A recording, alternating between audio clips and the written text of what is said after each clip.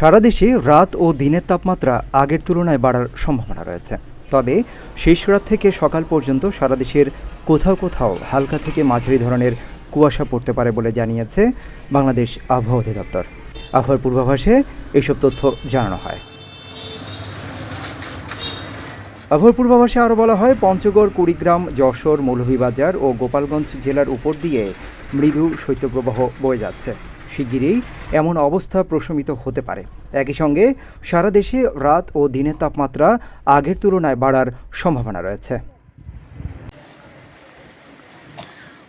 3 দিন অস্থায়ীভাবে আংশিক মেঘলা আকাশ সহ সারা দেশের আবহাওয়া শুষ্ক থাকতে পারে। তবে শেষ রাত থেকে সকাল পর্যন্ত সারা দেশের কোথাও কোথাও হালকা থেকে মাঝারি ধরনের কুয়াশা পড়তে পারে। তাপমাত্রার অবস্থা সম্পর্কে পূর্বাভাসে জানানো হয়েছে, সারা দেশে রাত ও দিনের তাপমাত্রা সামান্য বাড়তে পারে।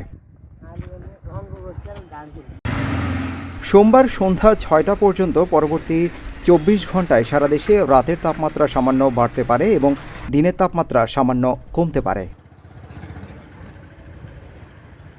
মঙ্গলবার পর্যন্ত 6টা থেকে পরবর্তী 24 ঘন্টায় সারা দেশে রাতের তাপমাত্রা প্রায় অপরিবর্তিত থাকতে পারে এবং দিনের তাপমাত্রা সামান্য কমতে পারে। সিদ্দিকুর রহমান রোমন, প্রতিদিনের বাংলাদেশ।